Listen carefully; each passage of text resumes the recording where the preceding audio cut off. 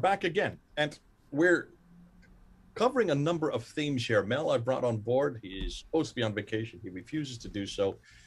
And so what he wants to do, he wants to now go back to this idea of the Masjid al-Haram, which we've always assumed meant the place of bowing, the forbidden place of bowing. But as we're going to see now, it is not the first. And if you want to find out where the Masjid al-Haram is, it looks like the Masjid al-Haram is in Jerusalem. But is it the first? Are we looking at the Dome of the Rock? Is that the first? Mel's going to introduce some brand new material, and this is stuff I've not heard before. This is stuff you've not heard before.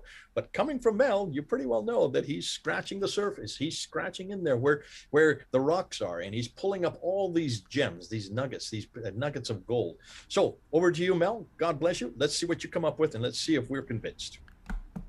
Okay. What I particularly like about this aspect of it is that we've got lots of early sources, reliable sources that we can depend upon, so we can really narrow down the dates and so on. So this is great. This is one of the rare times when we have got really good historical references. So we know from the written early sources that Umar entered Jerusalem in the period of 636, 637. There was a siege around that time, and Sophronius, I believe, allowed him in. I think it was 638. So we're talking, give or take a year or two in that time frame. Actually, the invasion was 636 to 637, but Sophronius finally permitted them to come over and take over Jerusalem in 638. So that's why the date 638 is always given. Yeah. So obviously the invaded Jerusalem, and one of the first places that Umar went to was the Temple Mount. So again, we're seeing the significance of it for the Saracens at that time. So we've got this really interesting source. Let me just move something out of my way here. John Moscus, writing the Spiritual Meadow in the 7th century. I'm just going to read directly from it down here. He gives us this little gem. He says, "The godless Saracens entered the holy city of Christ our Lord, Jerusalem, with the permission of God and in punishment for our negligence, which is considerable, and immediately proceeded in haste to the place which is called the capital. They took with them men, some by force, others by their own will, in order to clean that place and to build that cursed thing intended for their prayer, which they call a masjid. Sophronius excommunicated an archdeacon called John, a skilled marble worker, who did work on this building for pay." So this probably occurred in 638. And it's interesting that Sebius also tells a similar story. In his version of the story, there was some form of Jewish prayer hall that was there, and when Umar arrived, he basically took it over and then did building work on it to make it their own. So that shows you that this was the place of interest for them. And it's interesting, that's the earliest definite reference to a masjid by this group in the 7th century. And where is it? On the Temple Mount. Now, if we look at what happened next, the monk Anastasius of Sinai informs us that he had witnessed clearing work being undertaken on the Temple Mount in 660. And this is from Robert Hoyland, by the way. On Friday the 7th of June, 659, there was a violent earthquake in Palestine and many places there collapsed. Very likely the Mosque of Umar was one of the edifices affected, and it was therefore incumbent upon Muawiyah to have the structure rebuilt. That both Umar and Muawiyah undertook building projects on the Temple Mount is confirmed by certain of our sources. So this is really solid evidence that this is where the masjid was. And so when the text of the Quran was being written, presumably the early versions of it were being written and referring to the masjid, I believe that this is the masjid that we're talking about. Now it's interesting, my understanding of the Masjid al-Haram is the forbidden place of prostration. But so Jay, you mentioned to me that Murad had mentioned another meaning for that word al-Haram there in the context of the Masjid al-Haram. Yeah, for those of you who don't know who Murad is, he's one of our teammates who's lived in the Middle East, who speaks fluent Arabic and has done such a major amount of research looking at the Arabic and the Aramaic. And one of the things that he has said is that when you look at the word haram, we've always thought and assumed it meant the forbidden. But he says no. There's another, probably a stronger meaning for haram is hollow. That is the hollowed place. Now, when I asked him and questioned, now, are you talking about then the hollow dome? He says, no, no, no, the dome didn't exist. Remember, the dome wasn't there until 691. He says it's underneath is the hollow place. Is that significant for you, Mel? It's hugely significant. I'm not going to break the surprise. I've got something really exciting to show you a little bit later. But keep that concept of the hollow Oh, so you're going to in do mind. something new that I've not heard yet. Well, this is going to be Yeah, exciting. All right, let's go for this it. is this is going to be new. So let's move this story forward a little bit. So we have a pilgrim's witness account in the year 670. A French bishop called Aracolf. He was on pilgrimage to Jerusalem. He got shipwrecked off the coast of Britain, and his account was recorded in Adomnan's writings. He was an Irish monk who wrote it down in 700 AD.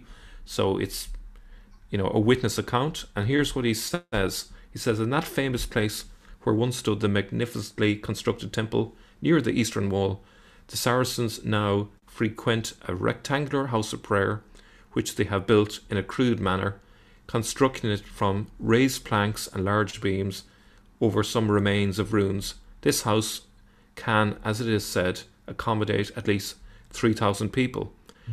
Do you notice the shape of it? It reminds me very much of the tabernacle. Yeah. We talked about that in a previous episode. Yeah, so essentially, you can see from the description, it pretty much matches what you find in the Old Testament. They were simply copying what the old tabernacle was. They wanted to build their version of the tabernacle where they would have the Holy of Holies in the corner, or the Kaaba, in other words. This is the location of the original Kaaba. And the area of it would have been about the size of an American football field, for those of you trying to visualize what we're talking about. Now, if we look at the timeline then, so this is when Umar builds the first masjid. Then an earthquake happens in 659. Then Muawiyah builds a new masjid. And then 692, Abdul al-Malik builds the Dome of the Rock. Something happened to the masjid, possibly in between those two dates. Or maybe Abdul al-Malik decided to really put a beautiful building for that site, or put a beautiful building on that site for centuries to come. Obviously, the wooden building wouldn't last forever, so he decided this is a good time as any to build a really magnificent building, and obviously thumbing his nose at the Christian churches across the hills from there. So it was obviously a statement as well as... Which is down below him, actually. That's right. Let me interject here. Go back to that timeline, just so people are aware. When we're referring to people like Umar and Muawiyah and Abdul Malik, I hope you all know none of these are Muslims. Let me reiterate that. None of these are Muslims. We have pretty well substantiated that by looking at the coins, by looking at the rock inscriptions. There's nothing Islamic about all of them. Muawiyah, in fact, has coins where he's holding a cross and has a cross above his head, proving that he was either a Christian. The coins that he mints over in Iran have the fire altars. So Umar, we know, is from Hira. We know that Muawiyah is from Damascus. These are not Mecca and Medina, folks. Hira is what's present-day Kufa, which is over in the east in what is today Iraq. Damascus is way up, as you well know, way up in what is today Syria. So that if you have people like Muawiyah, and Abdul Malik lives in Damascus as well, none of these people live down in Mecca or Medina, down in Arabia at all. They all lived in what is today either Syria or Iraq. That's why be careful. People think, so this is proof that Islam existed and these are what they were doing. This is the precursor. No. None of these are Muslims. These are not Islamic structures at all. That's why, isn't it interesting what Mel's saying? Notice how similar that Muawiyah's masjid is to the tabernacle. Has anybody said that before, Mel? I think you're the first to discover that. Yeah, possibly. But it's pretty obvious when you look at the description and you look at what the Bible says about it, they pretty much looked at the Bible and said, "Yeah, we'll build it exactly like that." So, nothing, How nothing many times have surprising you there. heard us also talk about Abdul Malik's Dome of the Rock?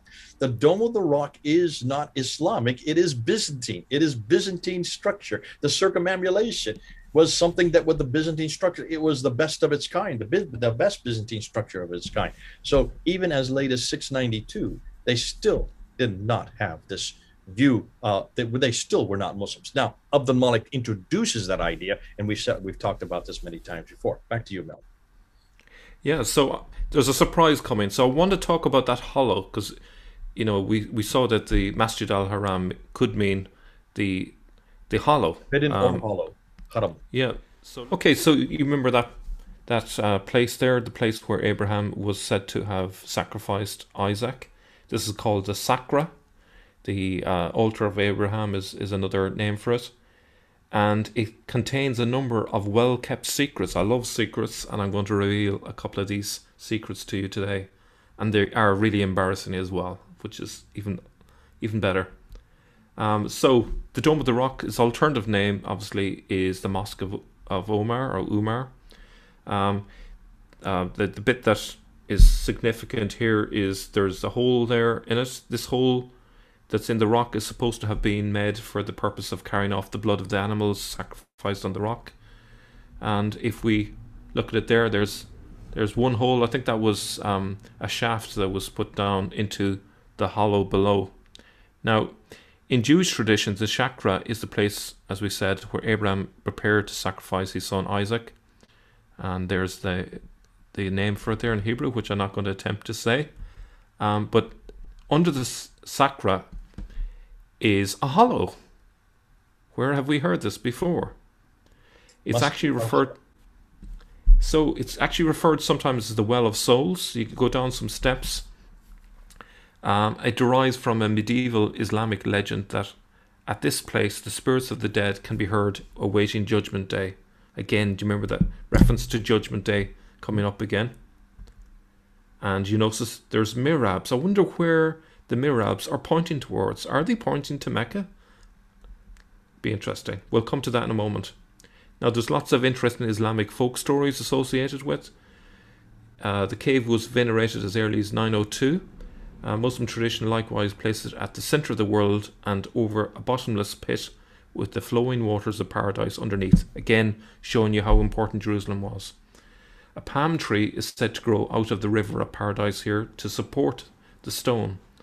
Muslims believe that the Sacra is suspended in the air and its only support is a palm tree held by the mothers of the two greatest prophets, Muhammad and Abraham. You'd imagine they'd have something better to be doing than holding that up. Noah is also said to have landed here after the flood, so they're really dumping lots of legends on this place. And an interesting one is there's a place, a projecting point. It's called the tongue, because according to their story, when Umar thought he had discovered the stone which was Jacob's pillar in his vision, he exclaimed, "Peace unto thee," and the stone replied, "Peace be to thee and the mercy of God." So they even have a legend connecting Umar with a particular stone, but it gets better. There are 4 different Qiblas in this cavern, and none of them are to Mecca. Are you aware of this? No, this is the first time I'm hearing it. So, as you go down the staircase, there are 2 mihrabs to the left. So, left, which is south, is the one dedicated to the Prophet David. To the right, southeast, is a prayer niche dedicated to Solomon. I'll come back to that in a second.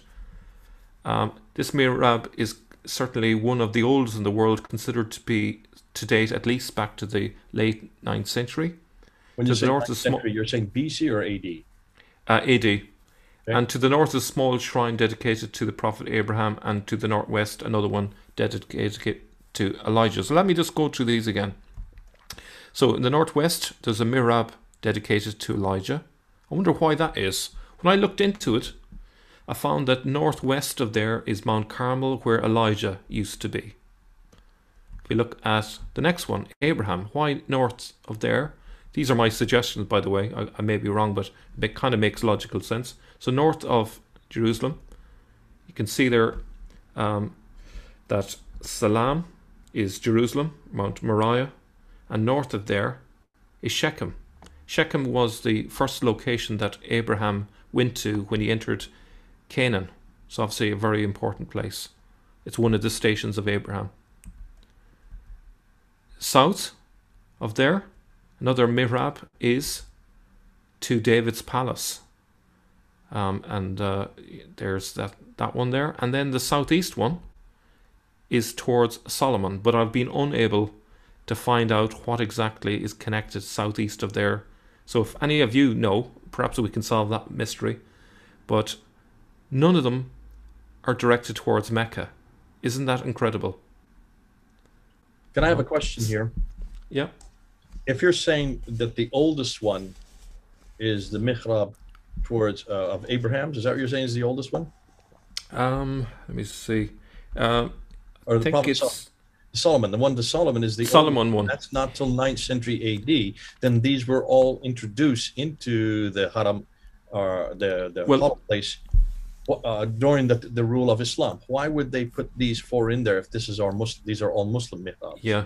Now there is dispute. I've gone for the most conservative date here on this one. Some, including Dan Gibson, believes that this early mihrab might go back to the beginning of the 8th century. But obviously, I'm being the most conservative on this. Nonetheless, it's I after don't want. Abdul Malik. That's still after Abdul Malik, because that's Yeah. 7th.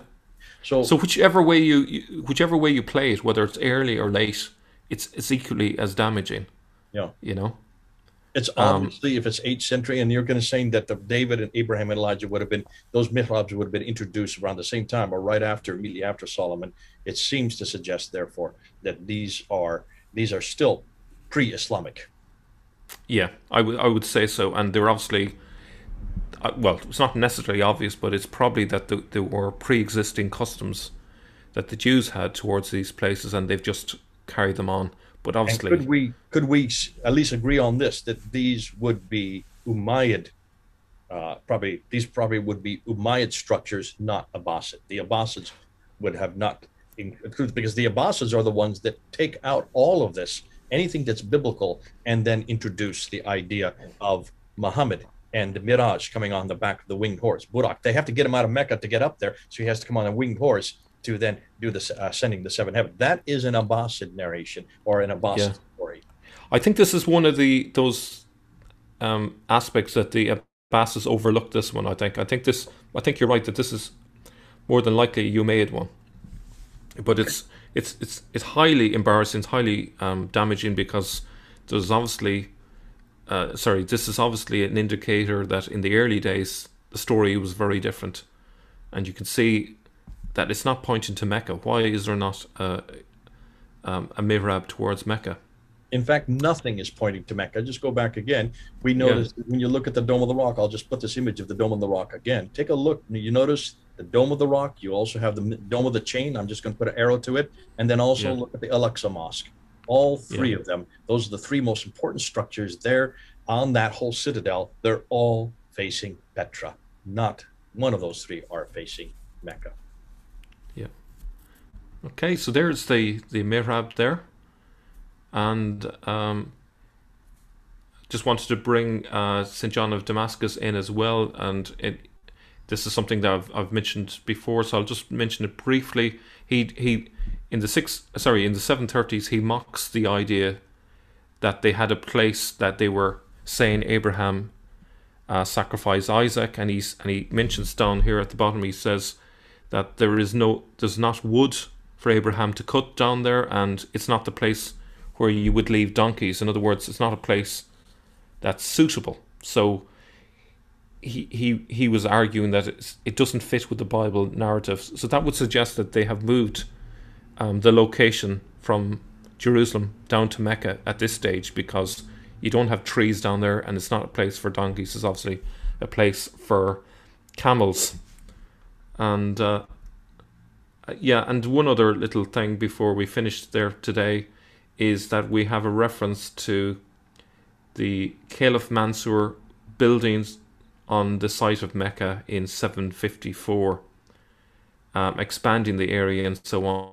And this is in the Tab Akbar Makkah by the author Al Azraqi, writing about 100 years afterwards. So before 754, there is almost no reference to Mecca. We have that 741 reference, but apart from that, that's it. So it all looks very much like Mecca took off sometime in the early part of the 8th century. But I think based on what I've shown you earlier on in this video, that it looks very much to me that really it was Jerusalem in the early days is where the focus was, and then it got shifted eventually down to Mecca. So that's it from me. Come back to you. Here we go again. I mean, you're just coming up with gem after gem after gem. Just to summarize real quickly, like I like to do for those who are watching, you went through and you showed that there were other structures on the Dome of the Rock, and what you're trying to say, I'm sorry, on the Temple Mount and what Mount Moriah. And I think what is fascinating here, you're showing almost everything we are seeing that Islam has finally created or finally settled on during the Abbasid period. If you go back to the 7th century, as we've always asked you to do, when you go back to the 7th century, look and follow the evolution of how Islam finally created this. So what you have here is that this Masjid al-Haram, that there is a masjid after masjid after masjid. You've pointed to 3 different ones already. Thanks so much, Mel. You talked about that John Moscus, who refers to the masjid of Umar. Umar, who comes from Hira, which is today Kufa in Iraq. He invades, takes over Jerusalem in about 638, and he then refers to this masjid, but this John Moscus talks us about this cursed masjid. He's referring to how did this guy put this masjid up there, because this is a Jewish site. So you can already see there's antagonism between the Arabs and the Jews, even this early. We're talking about 638. Anastasius, then in 660, you talk about the time of, this is when, just before Muawiyah comes to power in 661, and that Muawiyah then builds the masjid there, rebuilds it in around 660, 661. Aruf or Arkuf in 670, then you refer to, talks about that the shape of this place that was built there was long, much like what we know as the Ark of the Covenant, or the Tabernacle. Sorry, not Tabernacle, yeah. The Tabernacle that you see in Judaism. So it still suggests, therefore, that these are either still Jews, or they still are biblical, or they are Christians, but they are still following the biblical text, the biblical context. And then you talk about the Sakra, and you mentioned that the rock is haram, and we asked Murad, who came on, told us that actually that haram, it doesn't just mean forbidden. That's what Muslims have put to it. That's the imposition they have put on that word. It actually meant hollow. So the hollow masjid, or the hollow place of bowing. Well, if you take a look today, it's still there, and that's underneath the rock. I didn't know this. This is good that you're bringing this up.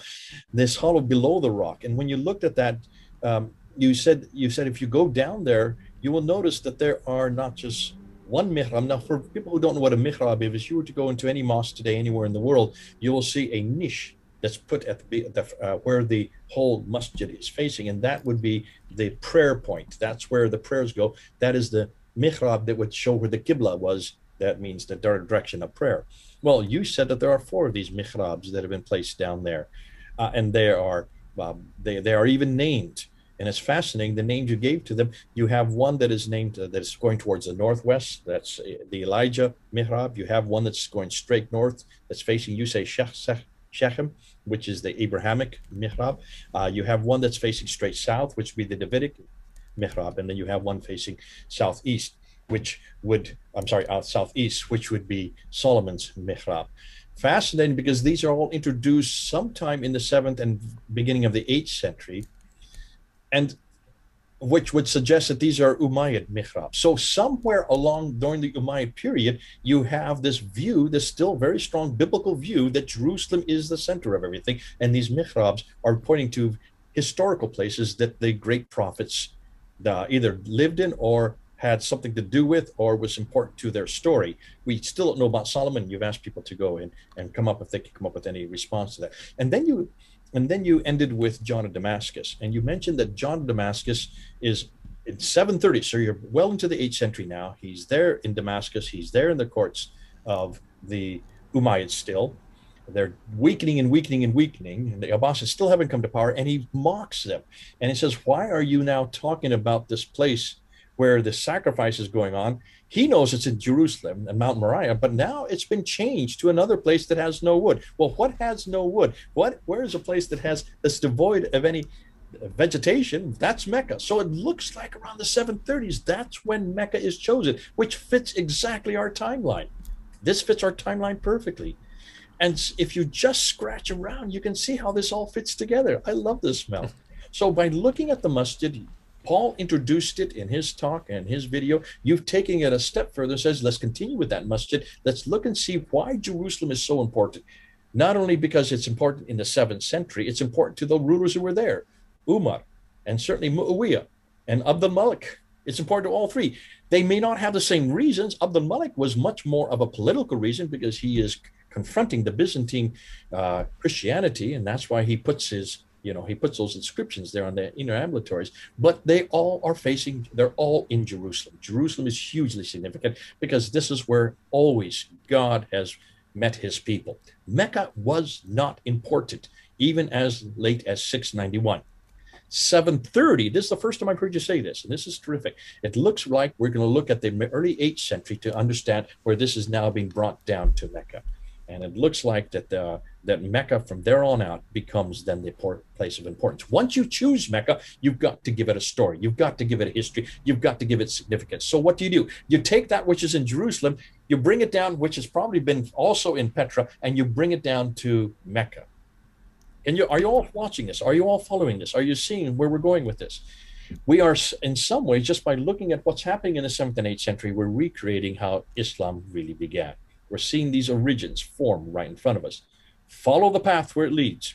Mel, you, Paul, Joe, Murad, you've done us a great favor because you're helping us and leading us along that path. God bless you.